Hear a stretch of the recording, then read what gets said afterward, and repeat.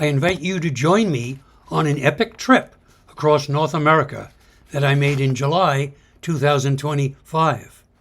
From Maui to LA to Boston, 6,000 miles. It was a total of 19 hours from leaving my condo in Maui and stepping into our house in Duxbury, Mass. That's a long day. As Janis Joplin sang, "The only thing that keeps this old body going, drugs, sex, and rock and roll." My daughter Kelly picked me up at the airport and drove us 30 miles south to Duxbury, Mass., a community of 14,000 located on a bay off the Atlantic Ocean.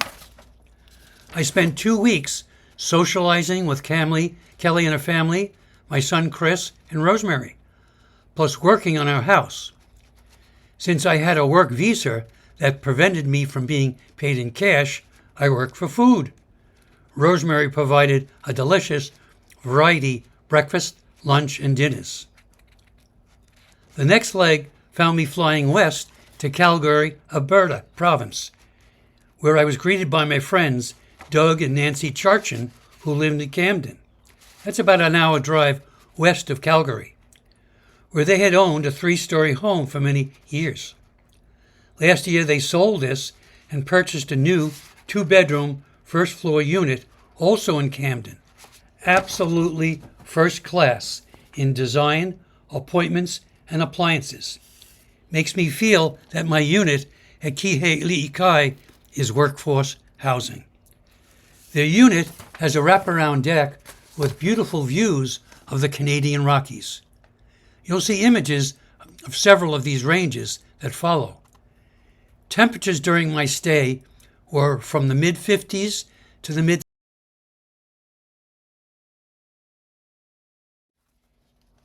The next morning we drove east for a few hours to the Columbia Glacier National Park.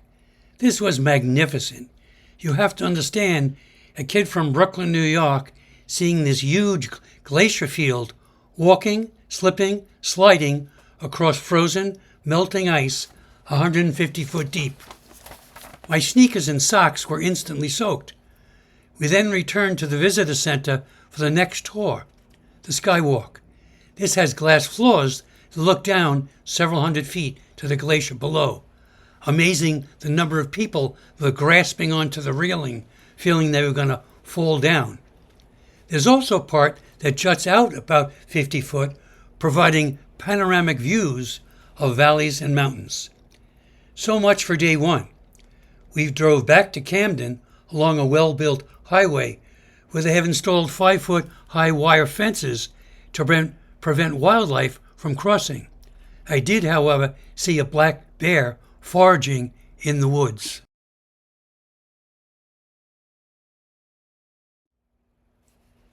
Day 2 of Doug being tour guide.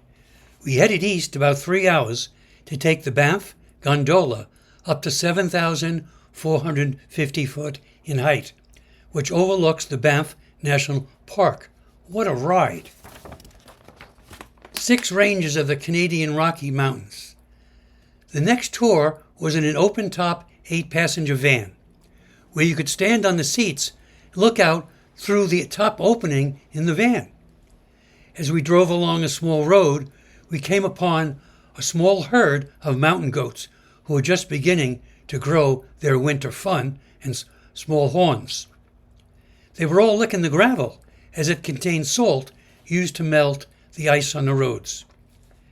As we approached Lake Minnewanka, we came upon a large herd of elk who were just beginning to regrow their horns, now with a velvet covering. Beautiful animals. We stopped at a nearby viewpoint overlooking a valley where I spotted a young red fox. Further on, along the river's shore, near the Banff Tunnel Mountain, was a series of something the First Nation people call hoodoos. These are made of sandstone, which is carved during high waters along the river banks and considered evil by them. Along the way back to Banff Center, we passed the magnificent Hotel Fairmont Banff Springs. 740 luxury rooms, which start at about $2,000 a night, doesn't look like the Holiday Inn to me. Doug and I now return to Camden in preparation for my return to Maui tomorrow, another 6,000 miles. We pass many mountain ranges whose tops are covered with glaciers. I have to say to Doug and Nancy, great hosts. Good food, good wine, good company.